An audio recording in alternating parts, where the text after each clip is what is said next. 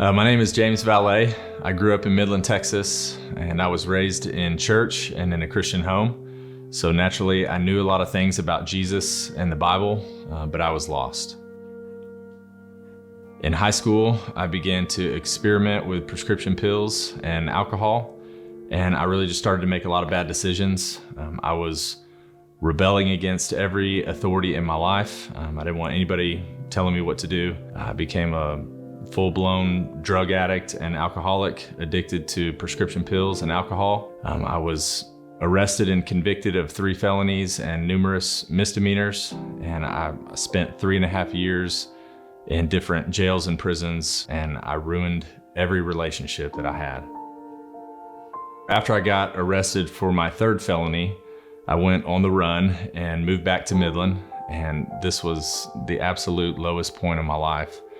I was living in different places. I was working on a drilling rig, but all the money I was making, I was spending on pills and alcohol, and I was just miserable and lonely, and I felt hopeless. I remember I was at a party one night and I lost my wallet, and about 2 weeks later, I was sitting on my front porch, minding my own business, and I saw a police officer. It seemed like he appeared out of nowhere, started walking towards the front porch where I was at. I guess he saw me react because he said, "Oh no, don't worry. I'm just here to return this wallet that was turned into us." And I recognized my wallet. I was like, "Oh yeah, that's mine." And he said, "Are you James Valet?" I said, "Yes, sir." And he said, "Well, you're under arrest. You've got warrants in Brazos County and Bell County." He took me to Midland County Jail, where I sat for a couple weeks waiting to be picked up.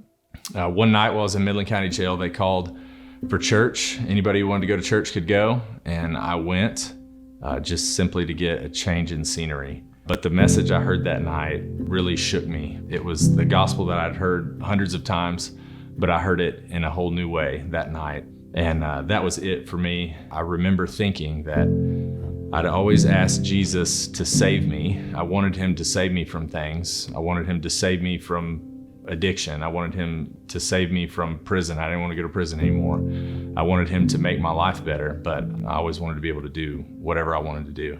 The next day, they came to pick me up to transport me to go to court for the charges that I had. And I remember as they loaded me in the back of the police car with my hands cuffed and my feet shackled, I was experiencing a sorrow that I'd never experienced before. My heart was broken, and I was just crying. And I remember feeling ashamed, and I was just overcome with this awareness of my sin. I was not crying because I was going to prison. I'd done that before. I was not crying because I was gonna miss my family, because I had done that before. God was doing something new in my heart. He was showing me the ugliness of my sin, and he was allowing me to feel the weight of my sin. For the first time, I didn't want Jesus to save me from prison. I didn't want him to make my life better. All I wanted was for God to forgive me of my sin. So I cried out to God from the bottom of my heart, and I begged him to save me, and not just save me, but to be the Lord of my life and to rule and reign in every area of my life. And in the backseat of a police car, God graciously saved my soul. He gave me a new heart and a new spirit. He put his spirit in me, and I was born again on March 14th of 2012.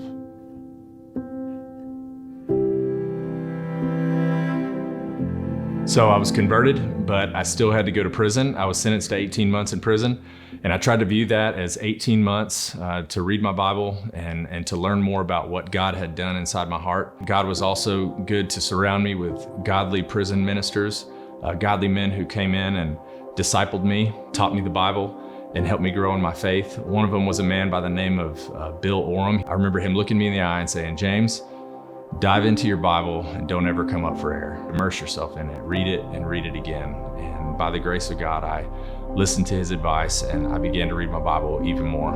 I would start prayer circles and lead Bible studies in the different jails and prisons that I went to, and the Lord used that to call me to ministry, and he gave me the desire to do it for the rest of my life. I was released in 2013, and I immediately went to my local church. Incredibly, they showed me the love and forgiveness and grace of God. They hired me to be an intern, and they allowed me to get in a teaching rotation, and then they eventually hired me as an associate pastor, and God's allowed me to complete Bible college, and I'm working on my master's degree.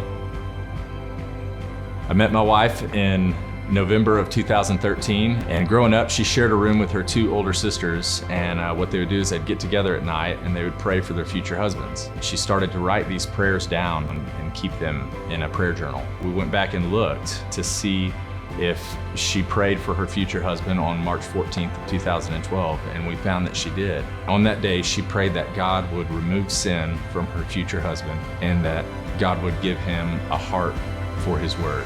And God answered that prayer. And Randa and I were married in March of 2015. Without God's grace, I'd still be dead in my sin. Without God's grace, I'd still be broken and lost and living in darkness.